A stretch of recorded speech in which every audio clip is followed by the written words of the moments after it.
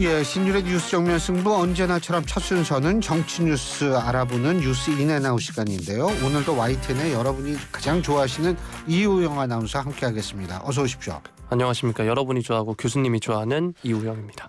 내가 좋아하는 건 맞아요. 네.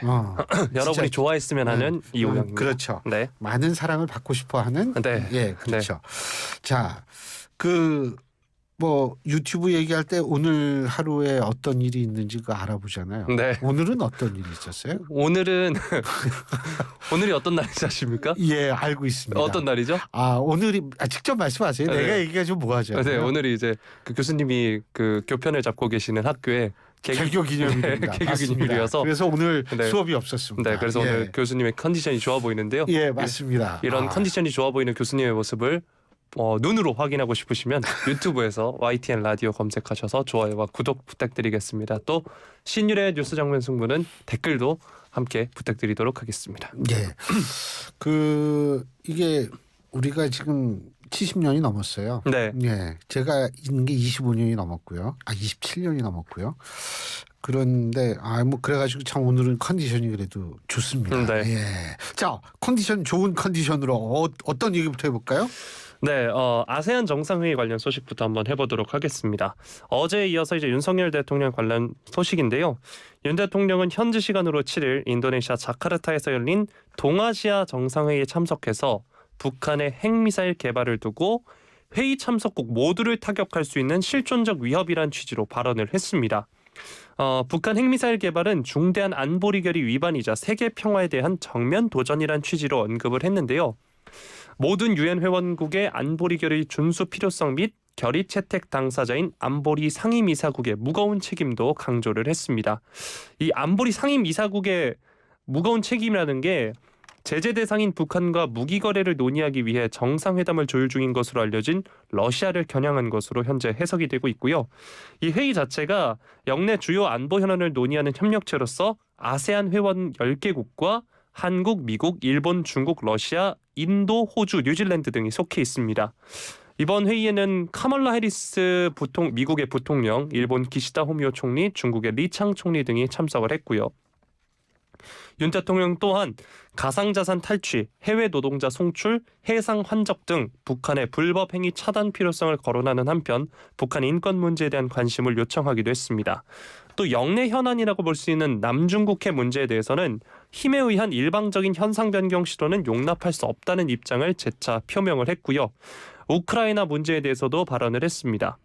러시아 침공이 명백한 국제법 위반임을 확인하는 한편 6.25 전쟁을 언급하면서 한국이 70여 년 전 불법 침략에 의해 국가 존망의 위기를 겪었다는 사실도 언급을 했습니다. 또 미얀마 사태에 대해서도 얘기를 했는데요. 미얀마 국내 정세와 관련해서 지속되는 폭력 사태와 인도적 위기에 대한 우려를 제기하고 폭력 중단과 포용적 대화를 통한 아세안 해결 방안에 지지를 표하는 한편 미얀마 국민에 대한 인도적 지원 의사도 밝혔습니다. 자, 일단 윤석열 대통령이 북한 핵미사일 개발에 대해 강경한 메시지를 내놨습니다. 윤 대통령의 발언 어떻게 들으셨나요? 일단은 제가 어제도 말씀드렸지만 중국과 근데 지금 리커창인가요? 중국 총리하고의 이 회담, 네. 그걸 정상회담이라고 자꾸 표현하는데 저는 그 표현은 옳다고 생각하지 않아요. 윤석열 대통령은 명실상부한 대한민국의 국가 원수지만 사실 중국에는 국가 원수가 시진핑 국가 주석 아니겠어요? 그래서 이것을 이 한중 정상회담이다 이렇게 표현하기에는 좀 그렇습니다만 어쨌든 중국과의 회담의 가능성 오늘 현재 지금까지도 거론이 되고 있고요. 회담이 될지 안 될지는 좀 두고 봐야 됩니다. 그런데 일단은 오늘 이런 언급들이라는 것은 특히 러시아를 향한 저는 언급이 러시아를 향한 우리의 의사 표현이라고 저 보는 것이 타당하다고 보는 것이 지금 김정은이가 러시아 간다는 거 아니에요? 네, 다음 주나 이때. 예, 그러고 나서 이 소위 말해서 이 북한과 러시아 간에 있어서 이 모종의 무기 거래가 있을 가능성도 있고 바로 그런 의미에서 지금 우크라이나 키이우 방문하고 우크라이나 평화연대 이니셔티브 네. 이 사실도 공유할 방침이다라는 게 그런 의미거든요, 사실. 그래서 이 러시아와 북한과에 있어서의 이 협력 관계에 대해서 견제를 한다라는 그러한 시그널이라고 저는 읽을 수 있고, 그런데 이런 것들이 전부 뭐냐 하면 북한 관련 문제예요. 예, 북한 관련 문제이기 때문에 이 북한 관련 문제에 대해서 사실은 이 좀 더 이 집단 안보까지는 아니지만 국제사회의 지지를 받아가지고 그런 지지를 바탕으로 해가지고 우리가 좀 더 강하게 압력을 가하는 그런 저는 행보의 한 부분이라고 생각을 합니다. 미얀마 문제 얘기를 했는데 이것도 전 굉장히 용기 있는 얘기라고 생각해요. 우리가 당연히 얘기를 해야죠. 홍콩에 우산 시위 있었을 때 그때 당시를 생각해 보면 그때 좀 안타까운 점이 많았거든요. 저는 그때 참 홍콩의 민주화를 외치는 시민들과 좀 더 우리가 강력한 동참 의사를 표시했으면 참 어땠을까라는 안타까움도 있는데, 미얀마 우리가 또 절대로 잊으면 안 되죠. 저는 미얀마를 여행으로 한 10년 전인가 그때쯤 갔었어요.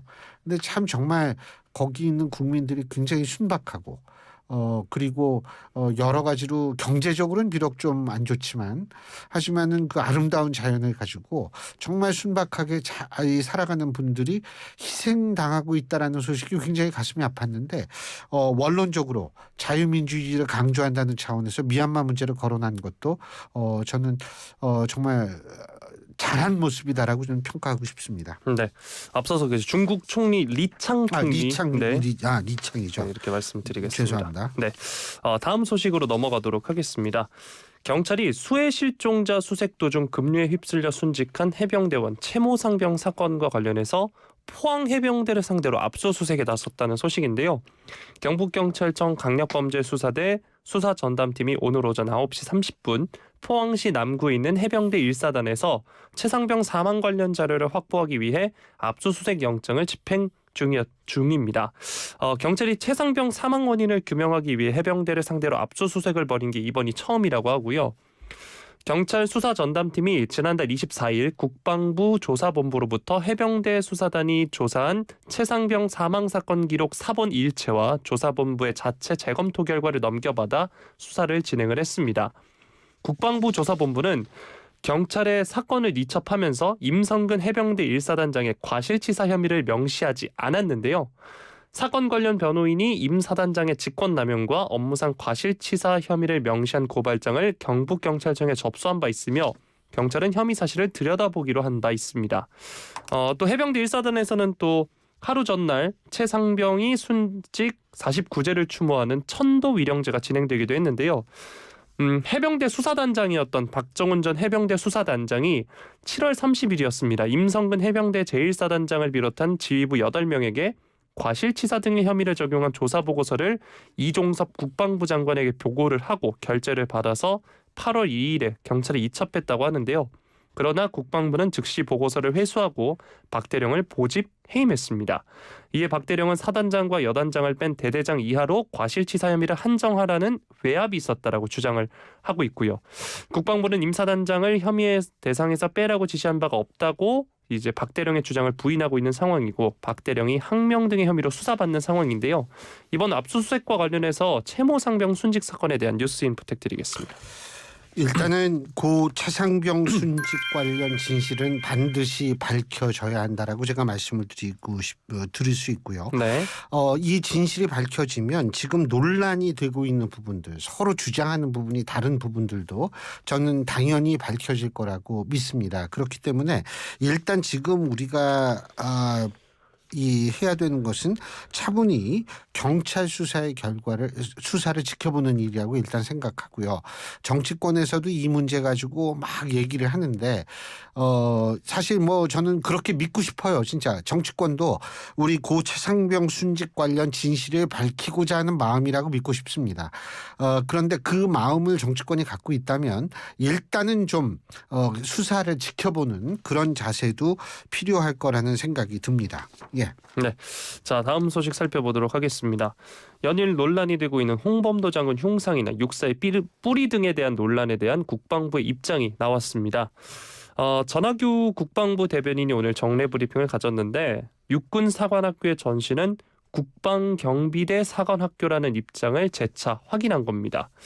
육사는 1945년 설립된 군사 영어학교를 모체로 해서 국방경비대 사관학교, 조선경비대 사관학교를 거쳐서 1948년 대한민국 육군사관학교로 정식 출범했다 이렇게 밝힌 건데 이게 어제 있었던 국회 대정부 질문에서의 이종섭 국방부 장관의 답변을 재확인한 거라고 합니다. 어제 더불어민주당 안규백 의원이 육사의 정신적 뿌리는 신흥무관학교인가 아니면 사관학교라는 질문에 대해서 이 장관이 국방경비사관학교로 보고 있다라고 답을 했는데요. 일단 신흥무관학교는 1911년 이회영 선생 등의 개인 재산을 털어서 중국 만주에 세운 독립군 양성기관으로 1920년 일제 탄압으로 문을 닫을 때까지 3,000명 이상의 독립전사를 배출을 했고요. 국방경비사관학교는 1946년 5월 서울 태릉에 설립된 남조선 국방경비대 사관학교를 지칭합니다. 이 역사를 좀 더 살펴보면 미 군정은 통역장교와 각군 간부 요원을 확보하기 위해서 1945년 12월에 서울 서대문구 냉천동에 군사영어학교를 세웠다가 이듬해 4월에 폐교를 시키고요. 이후 남조선 국방경비대 사관학교를 창설했습니다. 이때 만주군, 일본군에서 활동한 장교들도 이 학교로 편입된 바 있습니다. 이에 대해서 이때 전하규 대변인은 다만 육사의 전신, 육사의 한정에서 말씀드리는 거다라고 이야기를 했고요. 국군의 정신적 뿌리는 그리고 토대는 광복군과 독립군에 있다라고 말을 했습니다. 또 최근에 국방부 청사 앞에 이제 이순신 장군, 윤봉길 의사, 안중근 의사, 홍범도 장군 등 13명의 호국 위인 흉상이 설치돼 있는데 관련해서 이제 표기 오류가 있었거든요. 윤봉길 의사의 순국 장소를 오사카 형무소로 잘못 기재하고 이순신 장군의 출생일은 음력으로, 전사일은 양력으로 기재하는 등 표기에 오류가 있는 것이 확인됐는데 바로잡을 예정이라고 이야기를 했습니다. 자, 국방부 입장을 정리를 하자면 육사의 뿌리는 국방경비대 사관학교라는 거고 국군의 정신적 뿌리이자 토대는 광복군과 독립군에 있다는 건데요. 국방부 입장 어떻게 들으셨나요? 일단은 말이에요. 국군의 날이 언제예요? 10월 1일입니다. 맞췄어요. 네. 이 딩동댕 저 밑에 있구나. 네. 근데 10월 네. 그렇죠. 네. 네. 이 입으로 해야죠. 그때 네. 딩동댕동. 그렇죠. 네. 근데 10월 1일이 왜 10월 1일이 국군의 날인지 아세요? 그 38선을 넘은 날입니다. 맞아요. 네. 육군제 3사단 23년대 3대대가 처음으로 38선을 돌파한 날입니다. 그래서 네. 1950년 10월 1일이 그래서 딩동. 이때가 네. 잘 알아요. 네.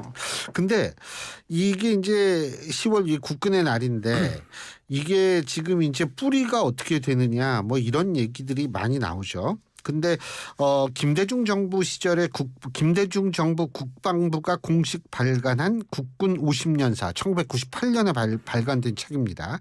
이거는 뭐냐면 국민의 정부 출범 원년인 올해는 건국 50주년이자 건국 50주년이 되는 매우 건국 50주년이자 건군 50주년이 되는 매우 뜻깊은 해입니다.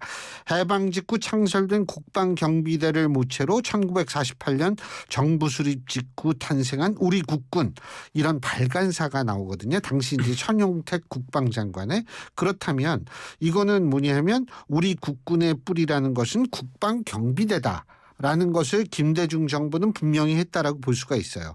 그래서 이게 쭉 되다가 이게 이제 노무현 정부 들어가지고 조금 광복군 창설일로 이걸 바꾸자. 국군의 날을 이런 얘기 나오다가 이제 2017년에 문재인 정부 들어서서 이제 이 소위 말하는 국군의 뿌리 다시 뭐 의열단 광복군 이렇게 됐는데 제가 볼 때는 뭐 글쎄요.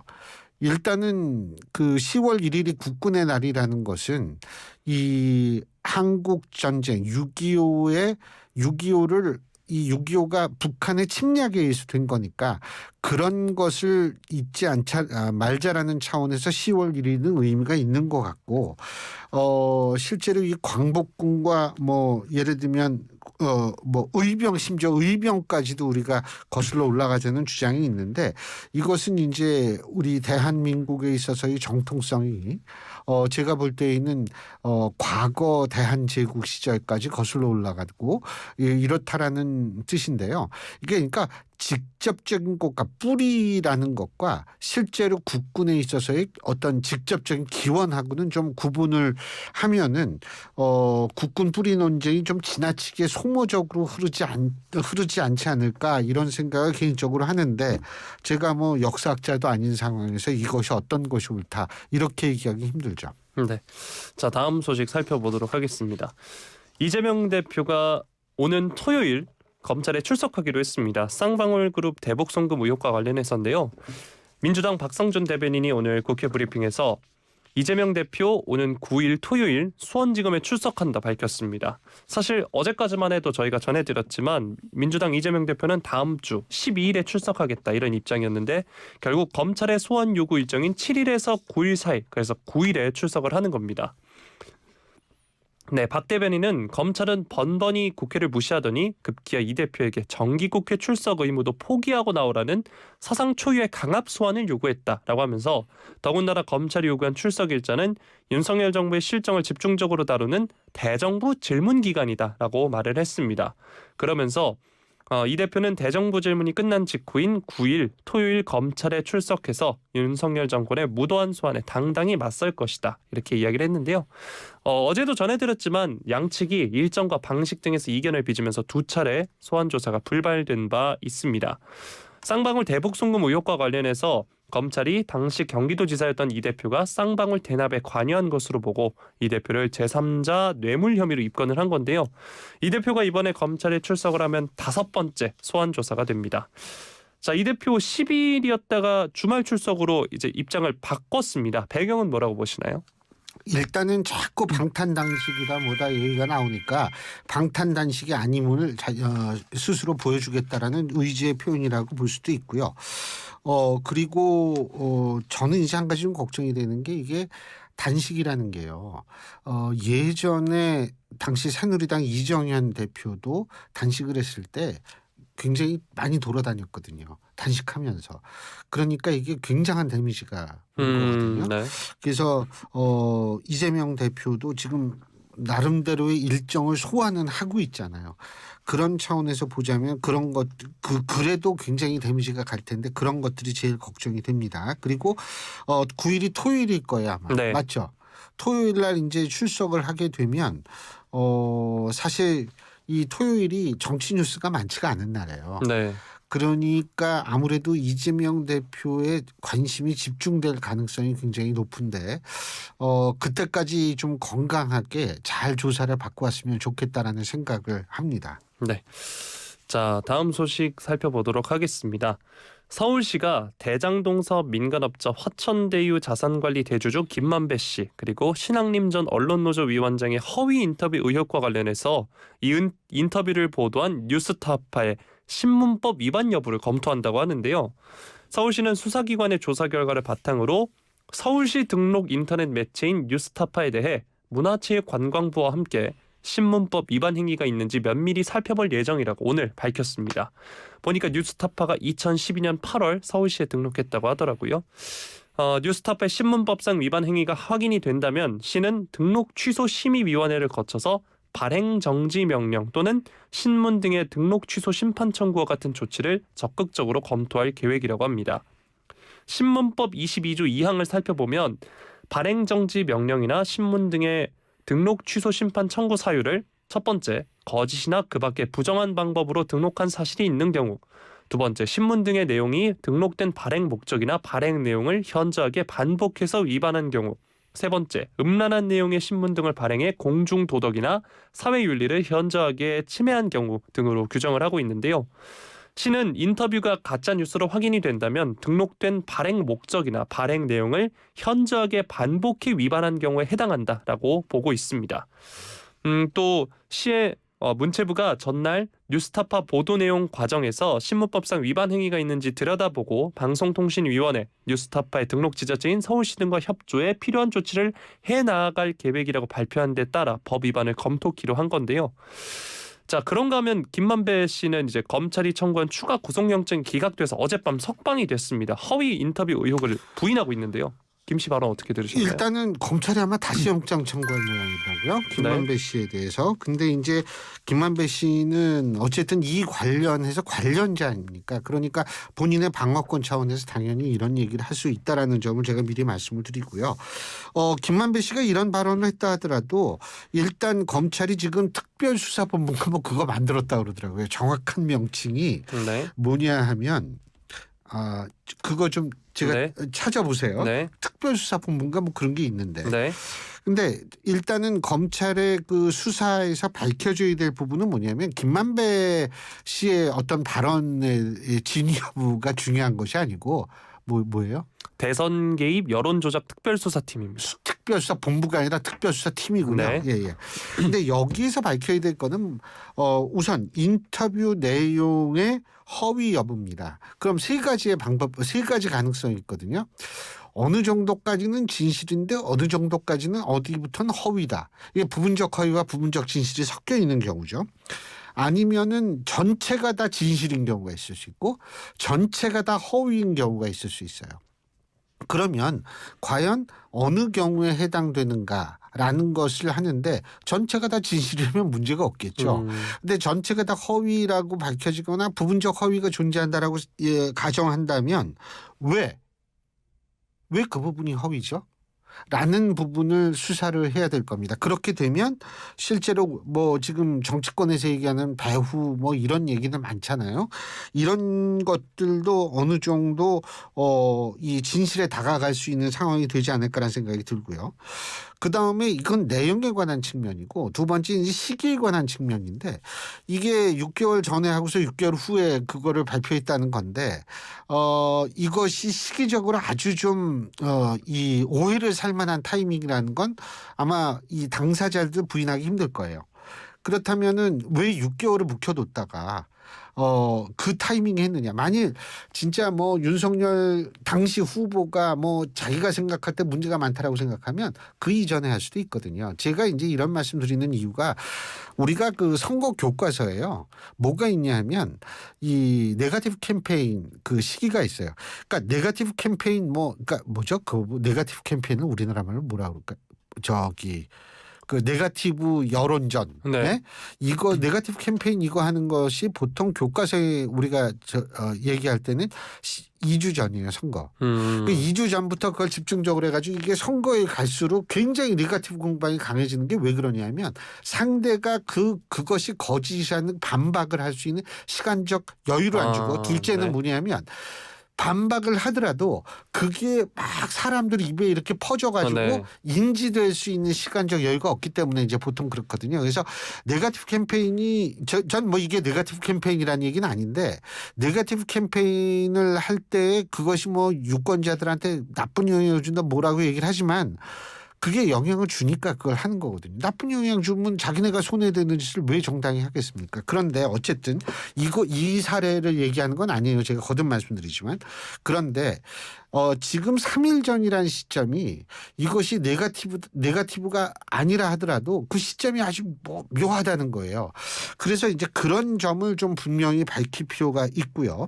또 한 가지는 뭐냐면 1억 6,500만 원.